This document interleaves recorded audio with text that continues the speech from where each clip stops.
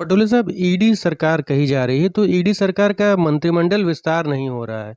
क्या उन्हें डर है कि विधायक जो उनके साथ में हैं एकनाथ शिंदे जी के, वो अलग हो सकते हैं, या फिर कोई और वजह? आपने विधानसभा अध्यक्ष का पद का भी कार्यभार संभाला हुआ है। दो चीज़ें उनके पीछे है, एक तो विधायकों का भी डर है और दूसरा है कि उनको जो टेक्निकल पॉइंट में वो जो फंसे हुए हैं, जो माननीय सुप्रीम कोर्ट में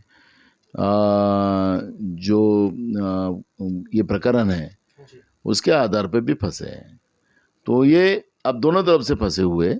और ऐसे समय में ये सरकार बहुत दिन चलेंगी ऐसा नहीं, ये सरकार का समय पूरा 2.5 साल नहीं कर सकती, इसमें बीच में ही होगा। लेकिन जिस तरह से बीजेपी ने शिवसेना को महाराष्ट्र से ख़त्म करने का जो प्लान किया है उसमें अगर वो सक्सेस हो सकते हैं, ऐसा मुझे लगता है कि आज के अंदाज में, क्योंकि 8 तारीख को दोनों दलों के चुनाव आयोग के सामने तारीख दी गई है, सिंबल किसका है, पार्टी किसकी है, इसके आधार पर जब ये मौका आता है तो अभी हाल ही में बिहार में रामविलास विलास के पार्टी का भी वही हाल हुआ है कि उनका सिंबल ही फ्रीज किया गया है।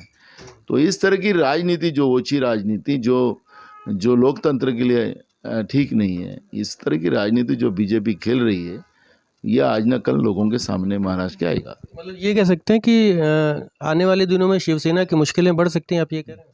बिल्कुल, आज स्थिति ऐसी बनी चुकी है क्योंकि हाल ही में बिहार में भी ये हाल हुआ है और वही स्थिति में महाराष्ट्र की शिवसेना पार्टी को ये लोग लेके आए हैं।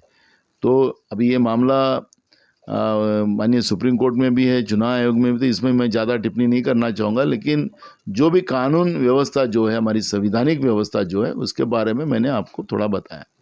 सर, चलते चलते एक चीज़ और जानना चाहेंगे। एक तरफ सोनिया गांधी जी को दोबारा पूछताछ के लिए बुलाया गया है और इस पे आपने प्रोटेस्ट भी किया, पूरे देश में हुआ। कांग्रेस का अगला कदम क्या है? किस तरह से महाराष्ट्र में खुद को मजबूत करेगी, क्योंकि चुनाव आने वाले हैं और आपने अकेले चुनाव लड़ने की घोषणा की है। तो इन दोनों सवालों को आप कैसे बताएं? देखो, नेशनल हेराल्ड पेपर के मामले में हमारी नेता सोनिया जी और हमारे नेता राहुल जी को टारगेट किया जा रहा है। मैंने जब भी कहा कि जो केंद्र में सत्ता बैठी है, वो सत्ता जिसका इस देश के आज़ादी की लड़ाई में कोई भी योगदान नहीं है, और आज़ादी की लड़ाई में जिन जिन को योगदान था, वो योगदान को ख़त्म करने की व्यवस्था केंद्र की बीजेपी की सरकार ने बनाई है, जिसमें नेशनल हेराल्ड पेपर भी यह आज़ादी की लड़ाई का एक जिनका बड़ा योगदान रहा है।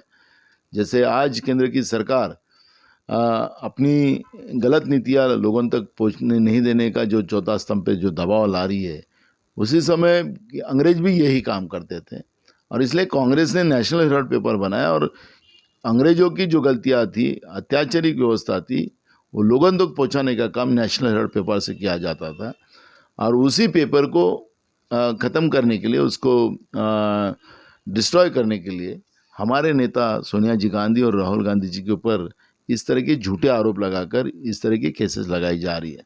कांग्रेस पार्टी के सभी कार्यकर्ता से नेता पूरे देश में कल ही सोनिया जी गांधी के फेवर में प्रोटेस्ट हमने किया। अभी 26 तारीख को हम पूरे तालुका लेवल से जिले से लेकर पूरे स्टेट तक पूरे जगह हम लोग शांतिपूर्वक आंदोलन करने का एक ऐलान हम लोगों ने किया है। हर जगह जब तक सोनिया जी वहाँ से निकलेंगे नहीं, जब तक हम लोग वहाँ बैठेंगे। और उस तरह से ये आंदोलन गांधी जी की विचारधारा के साथ हम लोग पूरे देश में करने जा रहे हैं। और इस तरह की अत्याचारी और हुकुमशाही व्यवस्था जो दिल्ली में बैठी है केंद्र सरकार के रूप में बीजेपी की, उसके विरोध में एक आवाज़ बनकर जनता के बीच में हम जाएंगे और ये अत्याचारी व्यवस्था और हुकुमशाही व्यवस्था को हम लोग सत्ता से बाहर करेंगे। यही हमारा मकसद है। Sir, last question. आप दिल्ली गए थे सर, आप ये भी सुनने में है कि आपने कुछ लोगों की शिकायत की कि ये कहा कि पार्टी के नियमों के विरुद्ध लोग काम कर रहे हैं, तो उसको लेकर कमेटी बनी। उस पर कुछ हुआ है सर? रिपोर्ट पेश की गई है, कुछ गाज गिर सकती है नेताओं पे? मैं आपको आपके माध्यम से एक बात बताता हूँ कि मैंने आज तक 1 साल में एक भी कागज मैंने पार्टी को, ना मैंने यहाँ जो भी प्रोग्राम लिए उसका फ़ोटो भेजा, ना कोई मैंने मैसेज दिया। मुझे मेरे नेता सोनिया जी गांधी और राहुल गांधी जी ने बुलाया था।